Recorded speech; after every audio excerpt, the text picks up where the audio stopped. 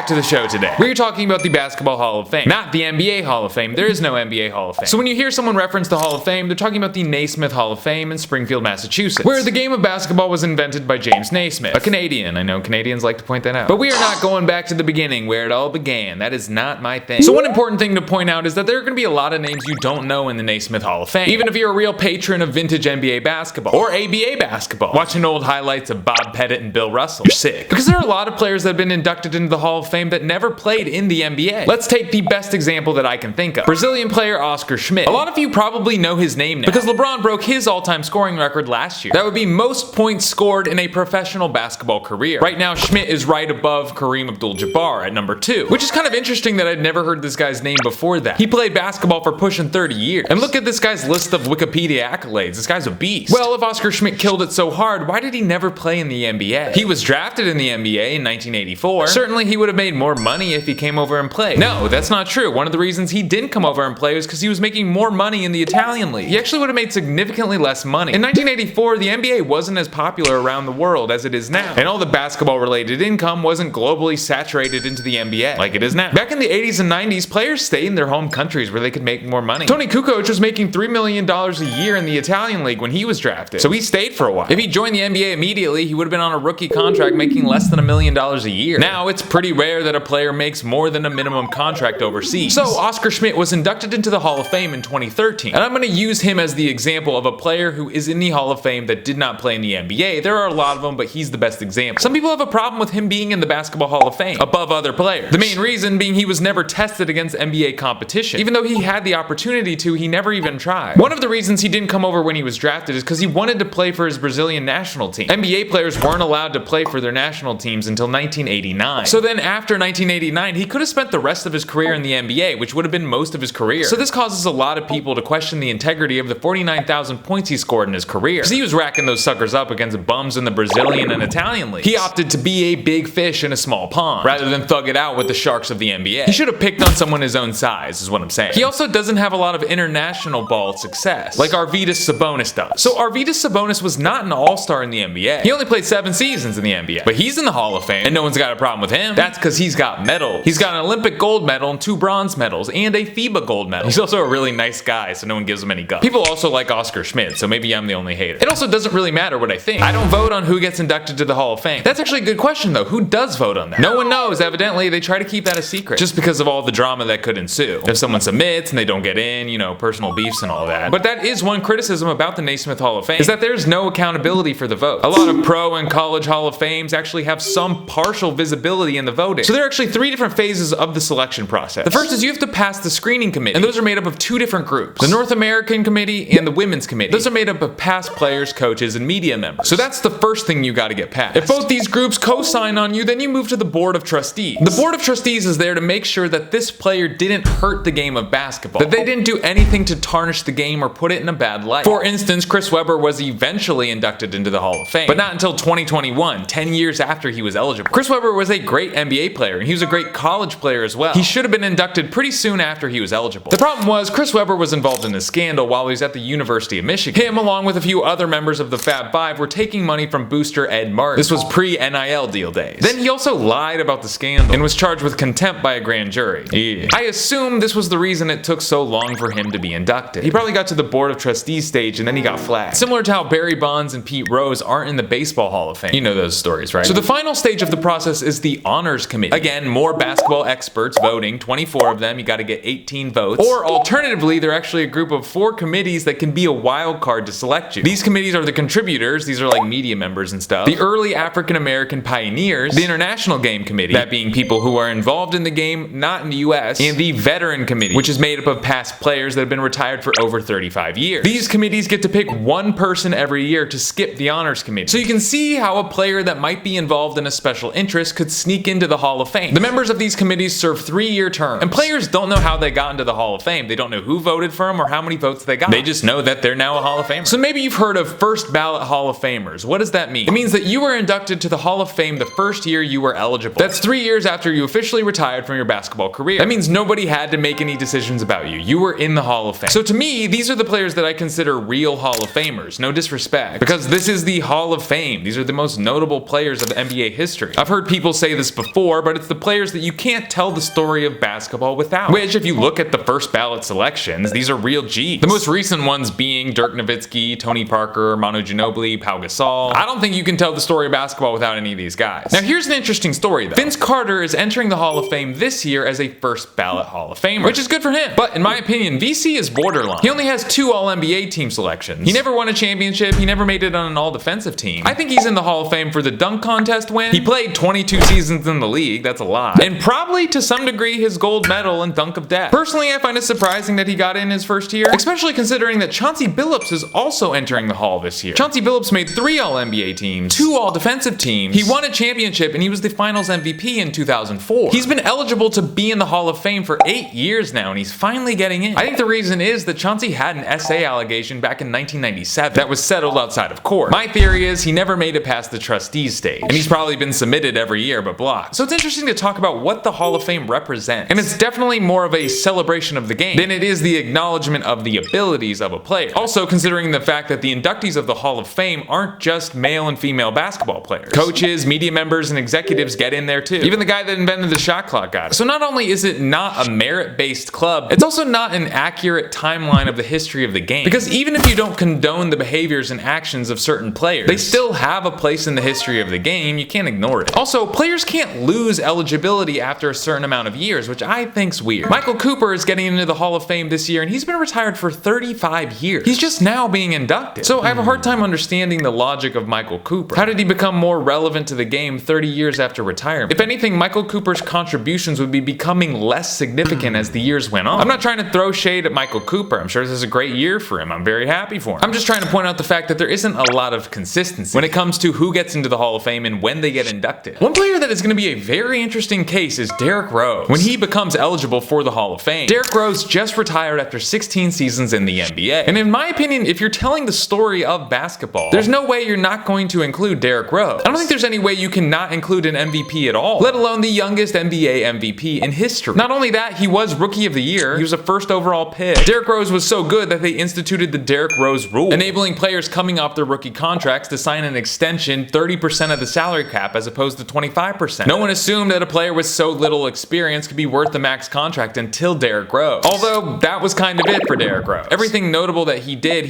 in the first 6 years of his career, before a series of knee injuries that altered his career. By 2013, D Rose was really just a backup point guard. So when it comes to career totals, he's really not in that echelon of Hall of Fame players, unfortunately. Derrick Rose also has an SA case back in 2016. While a jury eventually found Rose not liable, Rose's testimony in that case did not put him in a great light, man. And I'm sure it's gonna be a factor when it comes to the Board of Trustees' judgment. Another thing that might hurt his case is that the 07-08 Memphis Tigers basketball season was vacated due to the fact that Derrick Rose had been a part of an SAT and grade boosting scandal when he was in high school. So not only is it a dark spot when it comes to the integrity of his basketball career, the fact that he made the NCAA championship in 2008 isn't gonna matter because it doesn't count. So personally, I could see Derrick Rose being a first ballot Hall of Famer, depending on who's making the decision that year. If it's a lot of retired NBA players who admire D Rose's scoring capability, he's getting in, man. But if it's someone who finds Derrick Rose off-court transgressions too hard to ignore, or even someone that believes in 2011 LeBron James deserved the MVP, it could be a really long time until D Rose is selected. One thing is for sure though, D Rose loves the game of basketball, and I'm sure if he is inducted, we'll get a great Hall of Fame speech from him. Ultimately, I don't care who's in the Hall of Fame. Doesn't matter to me. You know, baseball is way more stingy with who they let in their Hall of Fame. Some people think the Naismith Hall of Fame should be more the same. At the end of the day, people who love basketball should use it as an opportunity to celebrate other people who love basketball. Alright, thanks for being here. Like the video if you like the video, dislike the video if you don't like the video.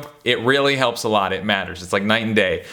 Leave a comment. This was a suggestion. I reply to every comment and every suggestion, so I really appreciate those. Be good to your mother. Eat a corn dog.